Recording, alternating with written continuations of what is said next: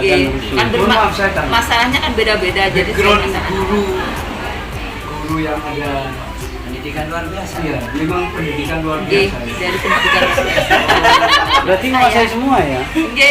Ya, cuman kan kita di pendidikan luar biasa itu kan ada penjurusan, Pak. Ah, Kita iya. ambil jurusan C, B. Kayak Pak Mujib ini bagian yang buta, kayak saya ini bagian yang karung. Saya bagian C. Spesialis sendiri. Iya.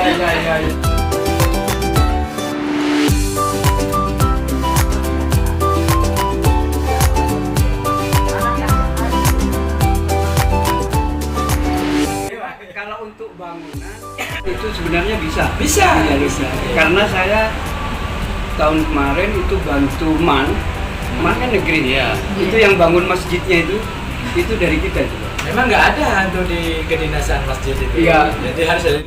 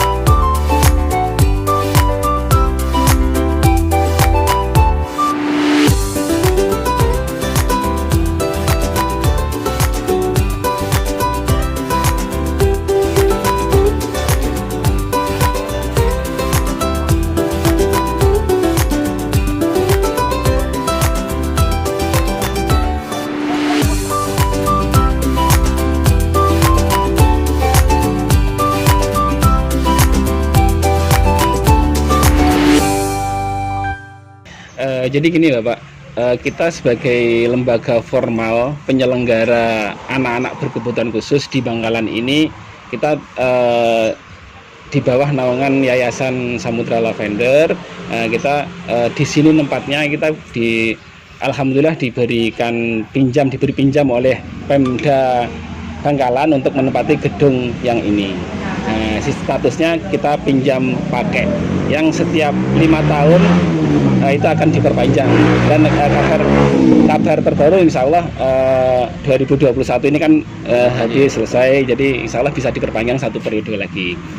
Kemudian untuk jenjang pendidikan yang ada di sini kita ada mulai dari SD, SMP dan SMA. Jadi kita sudah pernah meluluskan SMA 1 kali periode, 2 kali tahun ini. Kebutuhan kami yang paling utama adalah yang pertama memang tentang kepemilikan lahan dan gedung sendiri. Karena kenapa? Namanya orang pinjam itu kan suatu saat akan diminta yang punya gitu.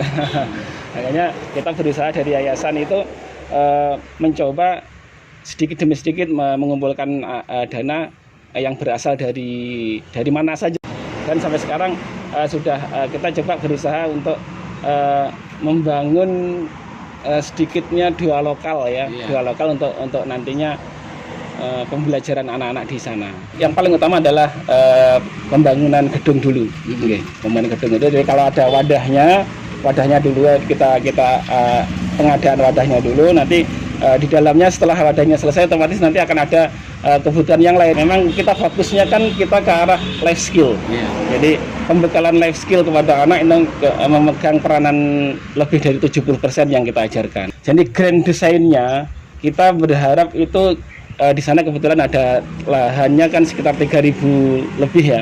Jadi nanti ada di depan itu ada sekolah formalnya, yang di belakang itu nanti akan kita model semacam pesantren yang anak-anak itu diasramakan. Kita pantau selama 24 jam, anak-anak mulai bangun tidur sampai tidur kembali, kita latih secara kemandirian, kemudian keterampilannya, wirausahanya dan sebagainya. Tentang terapinya itu bukan berasal dari siswa sini aja, bisa dari luar yang mengalami masalah misalkan tunarungu, tunagrahita, tunanetra atau autis, ADHD, itu yang membutuhkan untuk diterapi, dia akan mendaftar ke sini. Dengan yang pertama dengan diobservasi dahulu, setelah diobservasi apa kelebihannya, apa kekurangannya, nanti akan kita tindaki seperti misalkan autis mengalami masalah perilakunya, akan kita latih tentang perilakunya itu. Tergantung anaknya, ada yang cepat, ada selama 3 bulan itu bisa bagus, ada lebih sampai setahun, 2 tahun kayak gitu. Nggak mesti seperti itu. Kalau nggak ada permasalahan lain, misalkan cuma ADHD misalkan, kita akan tangani permasalahan yang ADHD itu kan pusat perhatiannya kan. Tapi kalau ada campuran lagi, misalkan sudah ADHD, masih tunanetra, masih grahita, kan ada double handicap kayak gitu. Jadi banyak lagi yang perlu kita benahi. Kalau masalah sulit, sangat sulit banget gitu loh. Tapi karena saya tanamkan masalahnya tuh seorang guru untuk bergabung dengan anak ABK berkebutuhan khusus harus punya beberapa modal. Yang pertama yaitu harus ikhlas. Nah, kalau nggak ikhlas jangan gabung dengan kami. Seperti itu. Yang kedua harus benar-benar siap untuk dengan mereka. Lo bejian katanya orang Madura. Karena anak seperti ini tuh peka. Kita salim aja, kalau salimnya ngerti. Anak-anak seperti ini tuh ngerti kalau salimnya itu cuma pura-pura dengan saya, ikhlas dengan saya, sangat peka, berbeda dengan anak normal. Ya, jadi saya sangat bersyukur begitu ya, karena saya bisa datang langsung, melihat langsung, dan walaupun saya belum sampai sini, saya mencoba untuk bisa merasakan, karena sebenarnya memang tidak hanya namanya saja sekolah luar biasa, tetapi yang lain-lain juga butuh modal atau goodwill, keinginan yang juga luar biasa. Jadi setelah saya datang ke sini memang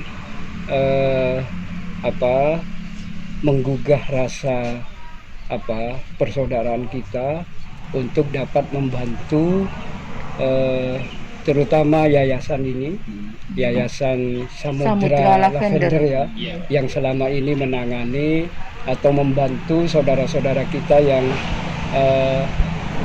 memang kategorinya berkebutuhan khusus. Jadi banyak hal sebenarnya yang bisa kita lakukan untuk bisa membantu mereka agar supaya perjuangan khususnya Pak Mujib, Bu Sus siapa? Bu Susdila dan teman-teman yang lain agar supaya dalam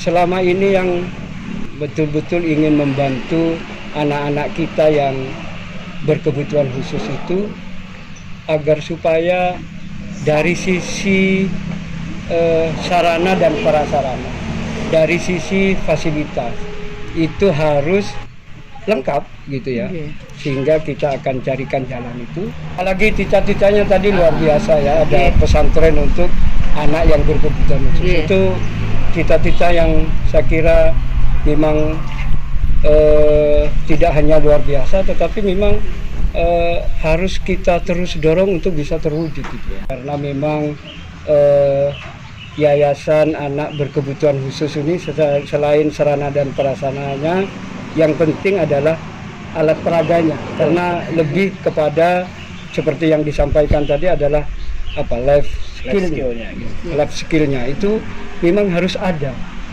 Jadi kami nanti akan mencari peluang gitu untuk memfasilitasi, menjadi fasilitator peluang-peluang yang bisa menyiapkan dan membantu agar supaya keberlangsungan yayasan ini, Yayasan Samudra Lavender ini bisa mencapai cita-cita baiknya, tujuan luhurnya untuk bisa membantu anak-anak yang berkebutuhan.